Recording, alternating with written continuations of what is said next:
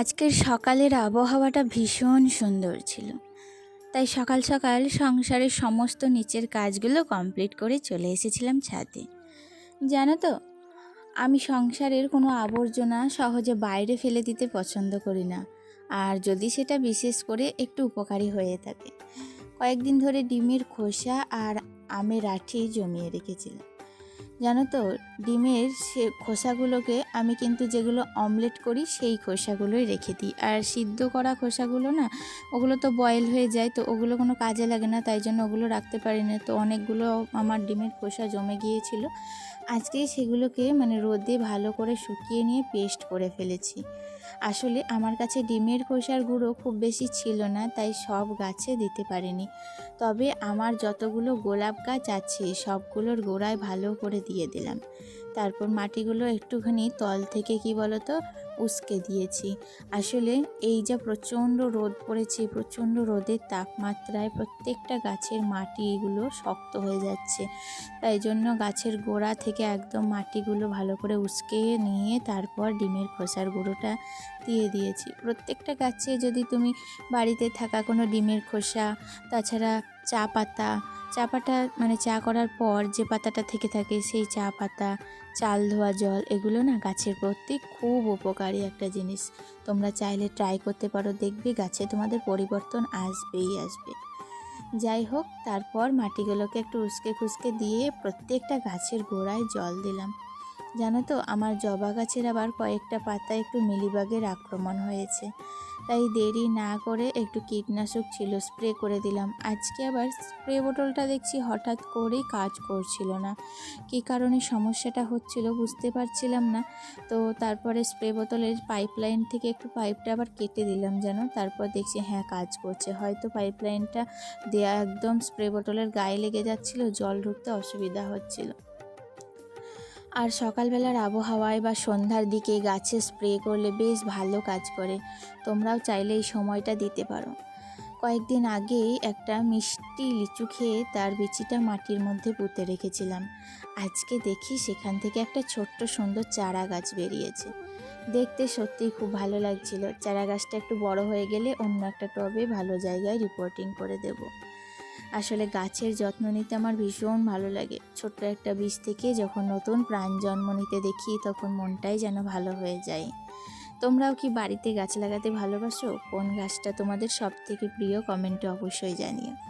আমার এই লিচু গাছটা আমার বাড়িতে, এখানে শ্বশুর বাড়িতে লাগানোর কোথাও জায়গা নেই। ইচ্ছা আছে লিচু গাছটাকে একটা টবে রিপোর্টিং করে তারপর গাছটা যখন একটু বড় হবে ওটাকে নিয়ে গিয়ে বাবার বাড়িতে লাগিয়ে দিয়ে আসবো।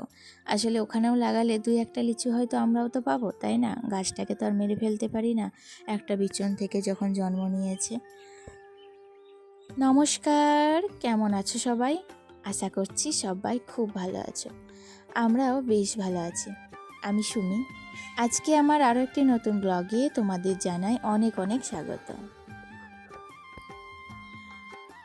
ঘর সংসার সুন্দর করে সাজিয়ে গুছিয়ে রাখাটাও কিন্তু একটা বড় গুণ, জানো। অনেক স্বপ্ন, অনেক যোগ্যতা থাকা সত্ত্বেও সংসারের দায়িত্বের জন্য বাইরে গিয়ে কিচ্ছু করতে পারিনি। কিন্তু তাই বলে নিজের এই ছোট্ট সংসারটাকেই আমি ভালোবেসে সাজিয়ে তুলছি প্রত্যেক দিন। আজকের দিনটা কেমন কাটবে সেটাই তোমাদের সাথে শেয়ার করব। আজকে সকালটা শুরু করেছি প্রতিদিনের মতো সংসারের কাজ দিয়ে। সকালবেলায় দেখলে বেশিরভাগ সময়টাই আমার গাছেদের সাথে কেটে গেছে। তারপর একজন গৃহিণীর কাজ তো কখনোই শেষ হয় না, তো নিচে এসেই একদম রান্নার কাজে হাত দিয়েছি। মাঝখানে অনেকটা সময় গ্যাপ দিয়েছিলাম রান্নার জোগাড় যন্ত্র করতে, জলখাবার খেতে, তারপর কিন্তু রান্নার কাজে হাত লাগিয়েছি। আর তখনই আবার ক্যামেরাটা অন করেছি। অনেকেই ভাবেও শুধু ঘরের কাজ করা খুবই সহজ, কিন্তু একটা সংসারকে সুন্দরভাবে গুছিয়ে রাখা, সবার যত্ন নেওয়া, সব কিছু ঠিকঠাক সামলানো, এটাও একটা বড় যোগ্যতা। ছোটবেলা থেকে অনেক স্বপ্ন ছিল, সংসারের বাইরে গিয়ে কিছু করার ইচ্ছাও ছিল, কিন্তু সময়, দায়িত্ব আর পরিস্থিতির কারণে সেটা হয়ে ওঠেনি। তবে আমি কখনো নিজের কাজকে ছোট মনে করি না, জানো তো, কারণ এই ঘর সংসারটাই আমার পৃথিবী। আর এই ঘর সংসারে থেকেই আমি নিজের পায়ে দাঁড়াতে চাই। ঘর সংসারের এই কাজকে যারা ছোট করে সেই কাজ দিয়েই আমি কিন্তু বড় হতে চাই। সবাইকে দেখিয়ে দিতে চাই যে ঘর সংসারের কাজ কখনো ছোট না, এই কাজ দিয়েও কিন্তু নিজের পায়ে দাঁড়ানো যায়। আজকে ঘর গোছানো, রান্নাবান্না আর নিজের ছোট ছোট কাজগুলো নিয়েই কাটাবে আমার সারাদিন। তোমরা আমার সঙ্গেই থেকো আর বলো তো তোমাদের দিনগুলো কেমন কাটে। তোমাদের সাথে কথা বলতে বলতে দেখো আমার রান্নাবান্না কমপ্লিট হয়ে গেছে। আর এখন তোমরা যে ভিডিওটা দেখছো সেটা হচ্ছে একদম বিকেলবেলায় হঠাৎ করেই জানো তো আজ আমার ছোট ননদ চলে এসেছিলো। আমি তো পুরো অবাক। ওদের কিন্তু কোনো রকম আসার কোনো কথা আমি জানতাম না বা আমাকে জানায়নি, কথা ছিলও না। তো হঠাৎ করেই রান্নাবান্না কমপ্লিট করে যখন গেটে হঠাৎ করে দেখছি খুলে যে আমার ননদ এবং ভাগ্নি চলে এসছে। তো অনেক দিন থেকে ওদের আসার কথা ছিল, আসতে পারছিল না। আমি তো ভীষণ খুশি হয়েছি। আর সেই আনন্দে আমার ছেলে আজকে টিউশনেও যায়নি জানো। তো ওদেরকে নিয়েই সারা দুপুরটা কাটলো। ওরা কিন্তু এখন রেস্ট নিচ্ছে আর আমি এখন এসেছি ওপরে, সেই ফাঁকে আমার এই যে এক্সট্রা কিছু কাজ ছিল সেগুলোই সামলাতে। আসলে ছাদের উপরে বেশ কয়েকটা জামা কাপড় ছিল, সেগুলোকেই তুলে নিলাম আর এখন সেগুলো ভাঁজ করে দেখো আলনার মধ্যে গুছিয়ে রাখছি। এই ঘরে ফ্যানটা না এখনও লাগানো হয়নি জানো। এই গরমে গোছগাছের কাজগুলো করতেও ভীষণ অসুবিধা হচ্ছে। আর তার উপর এই যে পুঁতি করার পর দরজা জানলা এগুলো কিন্তু মোছাই হয়নি। আমি ভাবছিলাম ওই ঘরের জানলাগুলো কমপ্লিট হয়ে গেছে, এগুলোও কিন্তু মুছে নেব, কিন্তু আর সময় করে উঠতে পারিনি। আজকেই দেখো হাতে যখন টিউশনি যায়নি তাই ভাবলাম এগুলো মোছামুছিটা কমপ্লিট করে নিই। আর দরজার ওপর এত ধুলো পড়েছে, মানে গোটা ধুলোগুলো ঝাড়ছিলাম তখন কিন্তু আমার পুরো মুখে চোখে সমস্তটা ময় হয়ে যাচ্ছিল।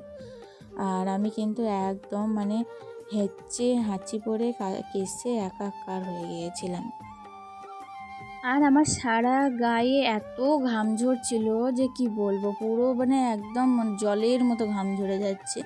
তবুও কিন্তু জানো তো আমি এই ঘর পরিষ্কার করাতে আমার কিন্তু কোনো আলাতুনি বলো, কোনো ক্লান্তি বলো, কিচ্ছু নেই আমার। মানে আমাকে যতক্ষণ তুমি ঘর পরিষ্কার করতে দেবে, আমাকে খেতে না দাও, কিন্তু আমাকে ঘর পরিষ্কার করতে দাও, আমার কিন্তু আর কোনো রকম কোনো মানে কি বলবো ক্লান্তিবোধ আসবে না। যাই হোক বন্ধুরা, দেখো এগুলোও না ভালো করে প্রত্যেক দিন এখন একটু মোছামুছি করছি। বাইরে ধুলোর কাজ যে প্রত্যেক দিন মুছলেও প্রত্যেক দিন ধুলো পড়ছে জানো তো, তাই জন্য প্রতিদিন একটু মোছামুছি করছিলাম। আর বেশিক্ষণ সময় নেব না, কারণ আবার নিচে যেতে হবে, নিচে গিয়ে রাত্রের খাবার দাবার সমস্তটাই আছে। প্রচণ্ড গরম ধরেছে জানো বন্ধুরা। আমার মনে হচ্ছে বৃষ্টি হলেও হতে পারে।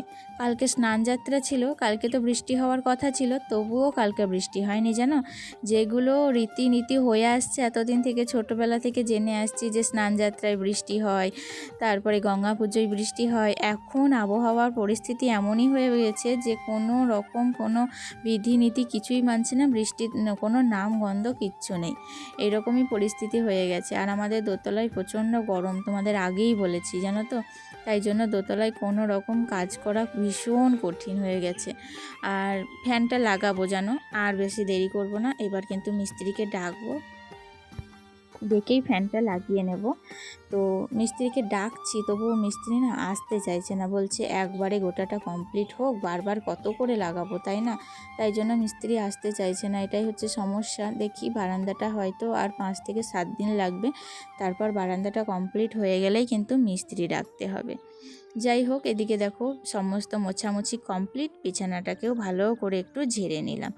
আর বিছানাটাকে ঝেড়ে নেওয়ার পর আসলে বেড কভারটা ভাবছিলাম চেঞ্জ করে দেবো, কিন্তু কি বলো তো বেড কভারটা চেঞ্জ করব মনে করলেও না আজকে আর করলাম না, কারণ একবারে দেখছি যে কালকেই চেঞ্জ করব, কারণ চেঞ্জ করার পর তো বেড কভারটা আবার জড়ো হয়ে থাকবে, ওটা তো আর এই অবেলায় কাচাকুচি করলে শুকাবে না। তাই ভাবলাম কালকে সকালের দিকে বেড কভারটা ভালো করে কেচে নেব। এখন দেখো ঘরের ভেতর সোফাটা রেখেছি, তো যেমন অবস্থায় রেখেছি ঠিক তেমনি হয়ে আছে। বাইরে একদম হুস্তাহুস্তি করে সোফাটার অবস্থা ভীষণ খারাপ হয়ে গিয়েছিল, তাই সোফাটাকে আর বারান্দায় রাখলাম না, একদম ঘরের ভিতরেই ঢুকিয়ে নিলাম। আর যে কুশনগুলো কিনেছিলাম ওগুলোও আস্তে আস্তে সব ডেকোরেশন করতে হবে। আর এখন পুরো ঘরটাকে ভালো করে ঝাড়ু দিয়ে পুরো ঘর গোছানোটা কমপ্লিট করে নিয়েছি। একদম ফাইনাল লুক তোমাদের দেখিয়ে দিই, পুরো ঘর গোছানো কমপ্লিট হয়ে গিয়েছে। এখন যাব নিচে। তাহলে বন্ধুরা চলো আজকের মতো ভিডিওটি এখানেই শেষ করছি, দেখা হচ্ছে নেক্সট ব্লগে। ভালো থেকো, সুস্থ থেকো, টাটা।